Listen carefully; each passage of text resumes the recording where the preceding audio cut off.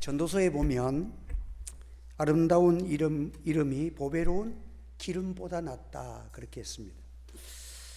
아름다운 이름, 우리가 이 생을 살아가면서 추구해야 될 인간의 삶에 우리가 나아가야 될, 추구해야 될 일은 아름다운 이름을 가지는 것입니다. 우리가 이 생을 살아가면서 마지막에 나를 기억하는 사람들에게 나의 이름을 부를 때에 더럽다, 추접다, 또 그 사람은 엉터리다, 뭔가 불미스러운 나의 이름이 된다면 아무리 돈이 많고 부귀와 권력을 가졌어도 그 인생은 정말 보잘것없는 인생입니다. 그래서 우리 성도들도 특별히 참 인간은 명예를 소중하게 여기는데 특별히 우리는 하나님 앞에 살아가는 사람들입니다. 그래서 잠언서를 보면 처음에는 지혜를 강구하는 솔로몬이었지만 마지막에는 성실을 말합니다. 하나님 앞에서 진실, 하나님 앞에서 성실하기가 쉽지 않습니다. 사람 기분 맞추고 적당하게 너 좋고 나 좋고 하기는 쉽지만 하나님이 기뻐하시는가 안 하시는가, 하나님 앞에서 부끄럽지 아니하고 천국 가보면 다 드러날 거니까 내가 한 일들과 보이지 아니했던 내 마음속에 추구했던 생각들까지도 다 하나님이 아시고 심판하실 거니까 그때 다 드러날 거니까 우리는 하나님 앞에서 진실하고 성실하고 하나님 앞에 끄리낌이 없고 내 힘으로 안 될 때 인간 방법으로 할 필요가 없어요. 하나님 그렇다고 되는 것도 아니에요. 오히려 더 악해지고 나빠집니다. 그러니까 우리는 무슨 일을 당하든지 하나님 앞에 성실한 마음을 가지고 어떤 일을 당할수록 더욱 기도하고 하나님과 친밀한 관계가 이루어지면 그 결과는 좋습니다. 한번 따라합시다. 하나님과 친밀한 관계가 이루어지면 결과는 아름답습니다. 그런데 잘 될 것 같고 인간 방법대로 해가지고 너 좋고 나 좋고 다 잘 된 것 같아도 하나님 앞에 성실하지 못하고 진실하지 못하면 나중에 보면 그 결과는요 불행스러운 거예요. 그렇기 때문에 우리는 하나님 앞에서 아름다운 참 이름을 가지려고 해요. 그래서 솔로몬이 모든 부귀영화 다 가져봤고 지혜를 가지고 자기를 당할 만한 철학자가 없는 그러한 지혜도 가졌지만 마지막에 보니까 인생을 정리할 때 보니까 정말 내가 하나님 앞에 진실했는가, 하나님 앞에 성실했는가, 이것만이 아름다운 것이지 그 외에는 헛된 것 다 헛되고 만 것이라는 고백을 가질 수밖에 없는 거예요. 그래서 여러분들 지혜는요 어떤 일을 당해도 좀 부족해도 괜찮아요. 우리가 무슨 일을 행할 때에 내가 하는 대로 했지만 내 하는 일들이 좀 부족해도 하나님 앞에 진실하십시오. 하나님이 아시니까 결과는 하나님이 책임져 주실 줄로 믿습니다. 그래서 여러분들 오늘 우리는 아름다운 이름이 보배로운 기름보다 낫다 했잖아요. 그 옥합단지를 깨트려서 예수님 발 앞에 부은 여인이 그 기름을 예수님이 더 좋아서 그 기름 비싼 옥가 향료 300데나리온의 향료를 깨트려서 예수님 발에 다 부어버리고 머리털로 닦아주면서 은혜에 감격했던 그 행위가 인간적으로 생각해보면 계산이 안 나오는 생각이잖아요. 그 비싼 향료를 왜 발에다 쏟아붓고 어찌 보면 얼마나 인간 마음으로 보면 가룟 유다의 말이 얼마나 진실하고 맞는 말 같아요. 어떻게 그 아까운 것을 버리느냐. 가룟 유다는요 그거 팔아가지고 가난한 사람 도왔으면 얼마나 예수님이 더 기뻐하겠느냐. 그렇게 행해야지 왜 그걸 다 쏟아서 허비하느냐. 그러나 예수님은 중심을 보시고 그 마음속에 그 감격과 주님을 사랑하는 그 마음을 보시고 복음이 전파되는 곳에는 이 여인이 행한 이 일이 기념하여 전파되리라. 나는 이것을 좋아한다. 나는 이것을 자랑한다. 우리 예수님은 중심을 보시는 주님이었다는 거예요. 그래서 아벨은 짧은 인생을 살았지만 지금도 성경에 보면 그 피가 지금도 일하고 있다는 거예요. 여러분들 그의 피가 죽지 아니하고 그의 생애가 아름다워서 지금도 계속 아벨의 그 이름은 일을 하고 있다 하는 것을 성경이 말하고 있는 것입니다. 오늘 이 본문에 보면 정말 이 아하시야라는 그 왕의 내용을 나오는데 성경에서 이 아하시아의 그 일생을 너무도 2년밖에 살지 못한 인생이야. 왕이 돼가지고. 그런데 성경이 한 장을 기록해서 우리에게 소개를 하고 있습니다. 금수저로 태어났잖아요. 그 오므리 왕조가 아합이 이제 오므리 왕조의 그 마지막으로서 이스라엘이 얼마나 그 번영하고 창대했잖아. 그래서 이스라엘을 부를 때 오므리 나라라 그렇게 그 당시에 불릴 정도로 이 이스라엘보다도 오므리 왕조가 그만큼 번영을 누렸다는 거예요. 거기 아합 왕이 죽고 난 다음에 그 다음에 북이스라엘의 그 이어서 왕이 된 사람이 아하시아예요. 그런데 이 아하시아가 왕으로 딱 등용을 합니다.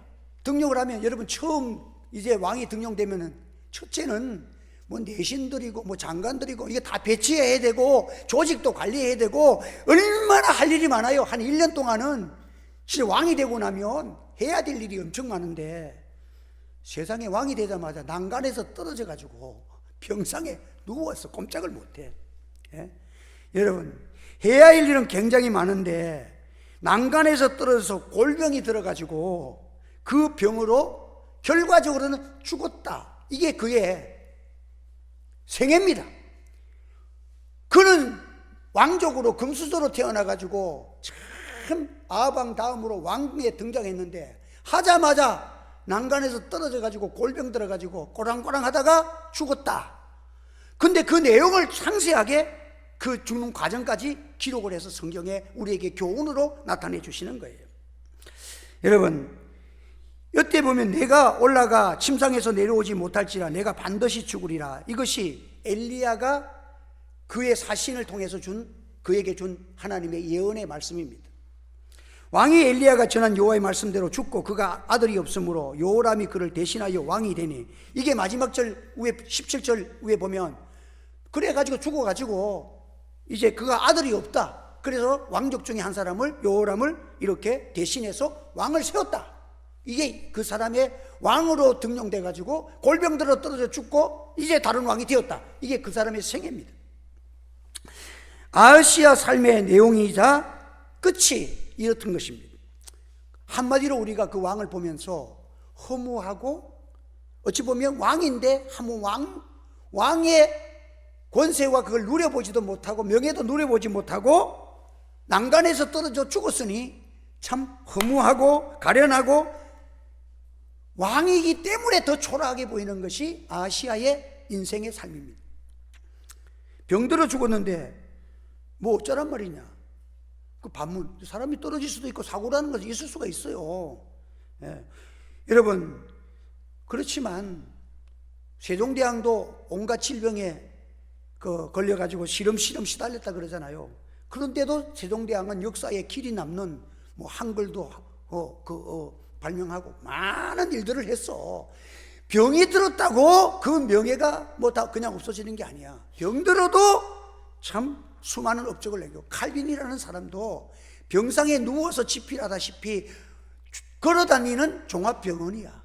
그렇지만 그는 참 이 장로교의 그 교실할 만큼 참 장로교의 수많은 성경의 진리를 캐내가지고 교리화시켰던 사람이 칼빈이에요.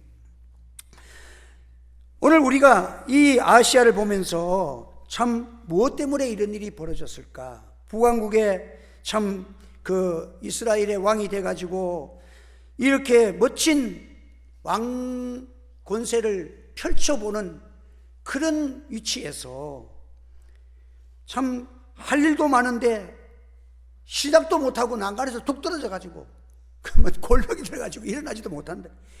여러분들 어느 날 그냥 막 왕궁이 돼가지고 어쩌다가 그 난간에 그걸 떨어졌었겠어.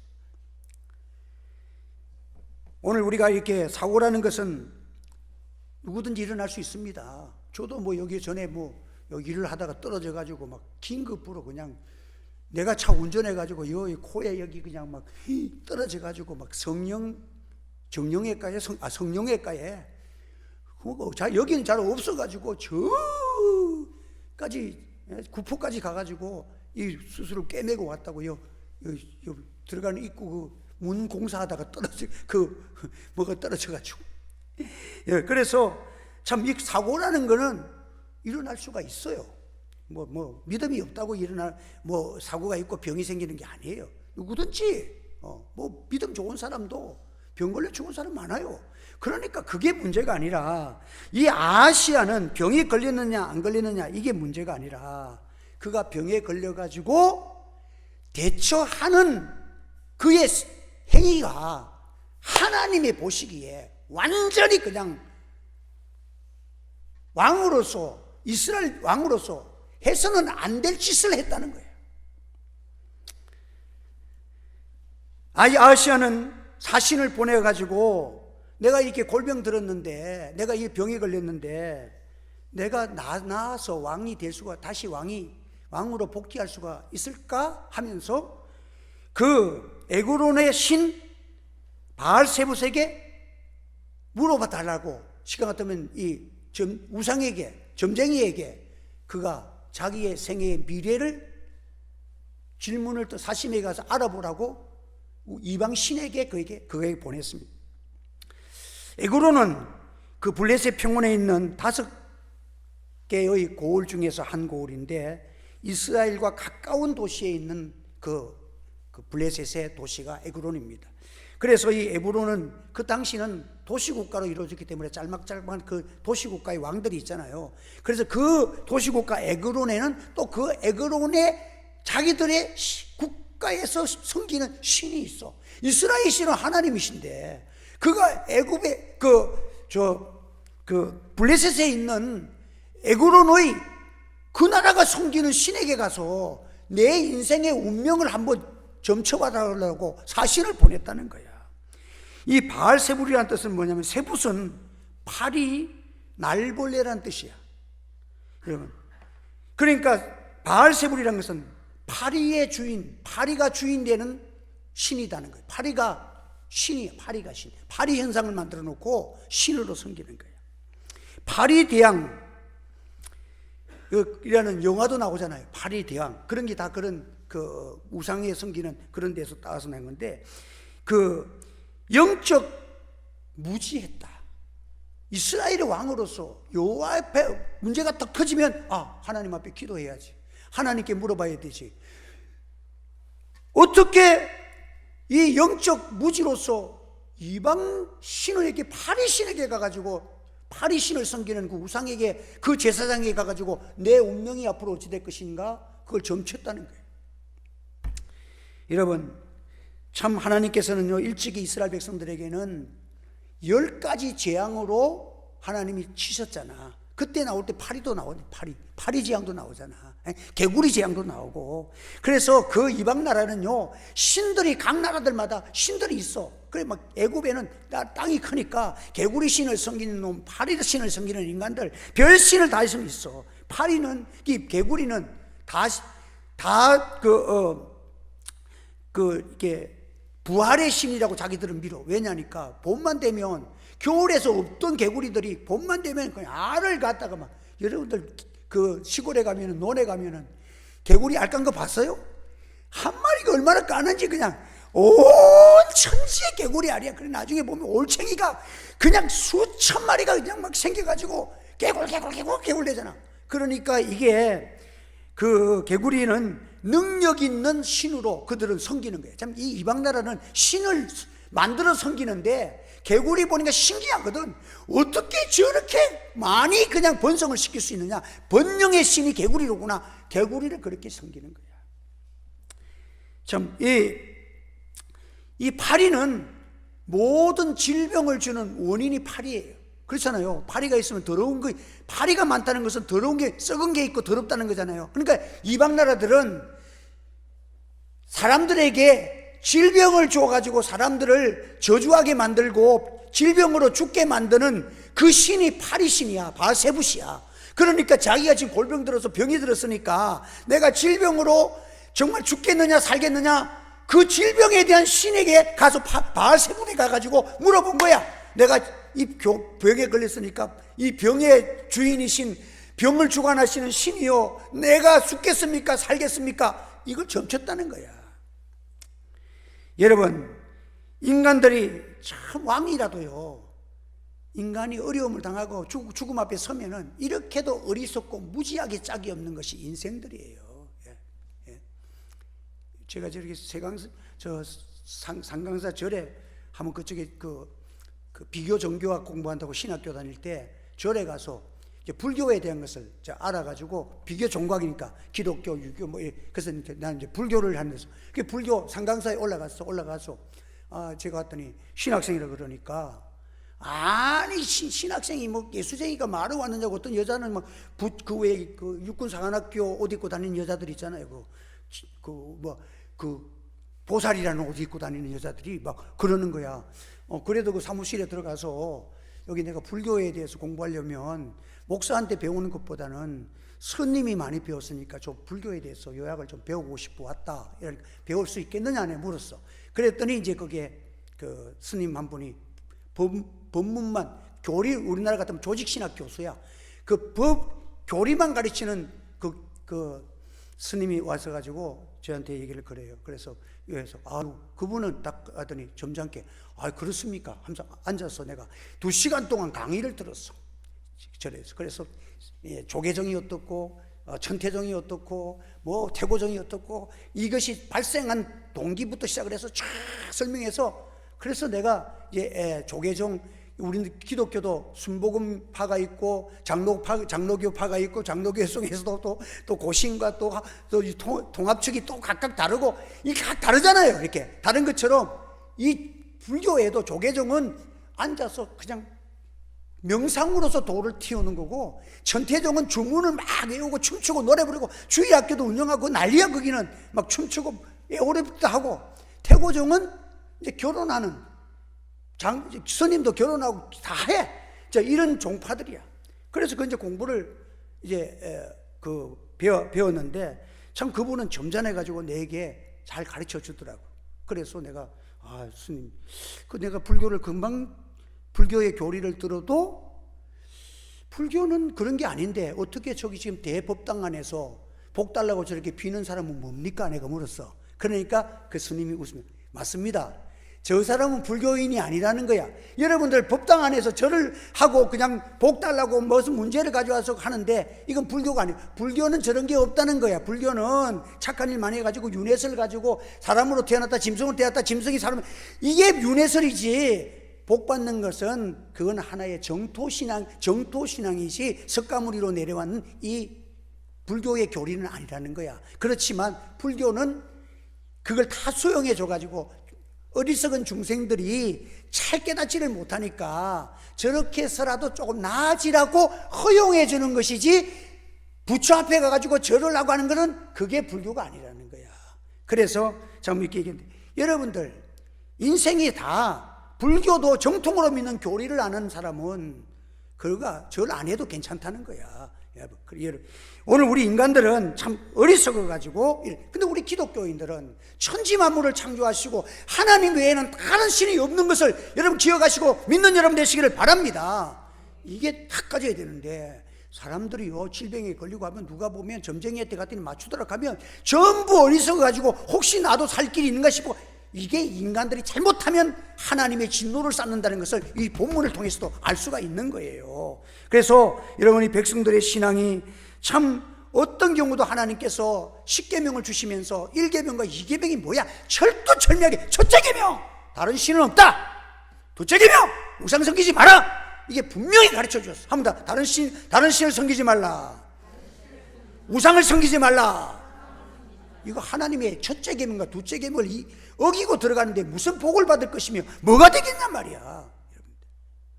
그런데 여러분들, 이 이방 나라의 전부 신들이 그 앞에서 절하는 사람들은 공통점이 뭐냐면 부귀영화, 무병장수, 다 그것 때문에 가는 거야. 여러분들 뭐 천국이 있고 우리가 참 선한 일을 하고, 사실은 그건 뒷전이고, 여러분들 어떻게 하면 부귀영화를 누리고 무병장수할 것인가, 그것 때문에 가는 거예요. 우리 예수님께서는 40일을 금식한 후에 돌을 떡이 돼서 먹으라니, 떡을 먹으라는 시험도 예수님도 받았잖아요. 한 번만 절하면 세상의 모든 권세를 주겠다, 뛰어내려라, 하나님이 너를 지키시리라. 별별 영적인 시험을 다 당했지만 우리 예수님은 마귀를 사탄아 내 뒤로 물러가라, 오직 주 여호와께 경배하고 그만 섬기라, 신은 하나님밖에 없느니라. 이게 분명한 거예요. 그러니까 여러분들, 이런 그 이스라엘이란 뜻이 뭐예요? 하나님과 겨루어 이겼다, 이게 이스라엘 아니에요? 야복강가에서. 여러분, 하나님 앞에서, 하나님의 자녀는요, 죽음 앞에서도 어려움이 당해도 내가 이제 곧 죽게 되었어도 우리는 어떻게 해야 됩니까?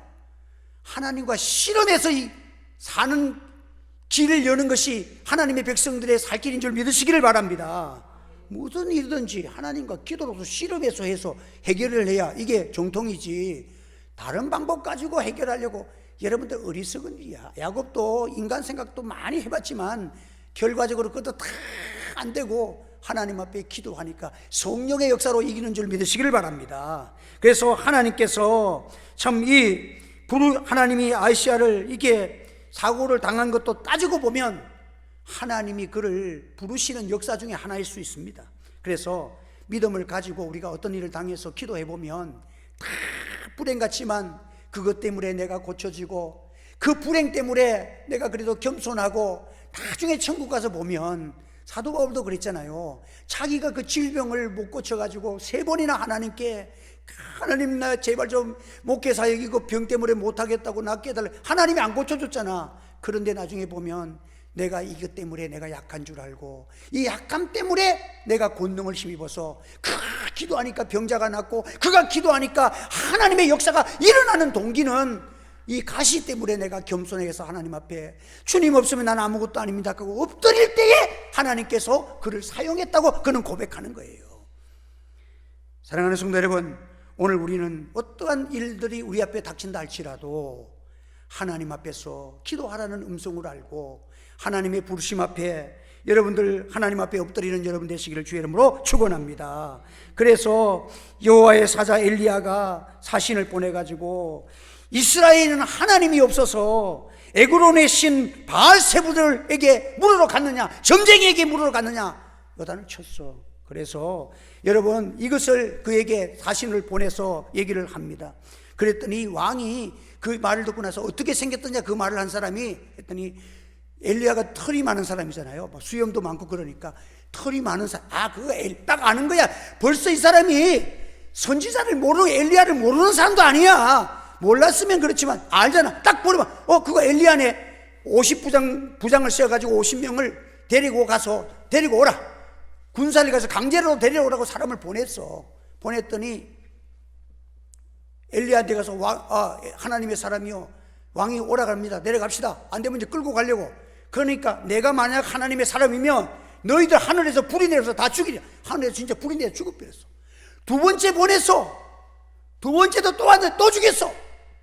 그러니까 또 3번째, 그쯤 되면 정신 차려야 되는데, 이 여러분들 사람이 교만하면 똥꼬집이라는 게 있다니까. 또 보내는 거야. 그런데 이 50부장이 지혜가 있어. 딱 가서는 이 50부장은 달랐어. 뭐가 달랐느냐, 이거 하나님 사람 건드리면 죽는 거야. 이거 앞에 사람 두 번에 죽었는데 똑같은 점, 사람 좀 지혜로워야지. 겸손하니까 딱 가서 엘리 앞에 엎드려갖고, 하나님의 사람이요, 제발 내 생명 귀하게 여겨주십시오. 당신 앞에 잘못 걸리면 하나님이 나 불에도 죽는 걸 나오니까, 하나님 그렇지만 내가 왕이 보내서 왔으니까 어떡해요. 좀 우리들 여기 있는 생명들을 좀 불쌍히 여겨달라고 그냥 싹싹 비니까. 그러니까 하나님께서 엘리야가 기도하니까 걱정하지 말고 따라가라.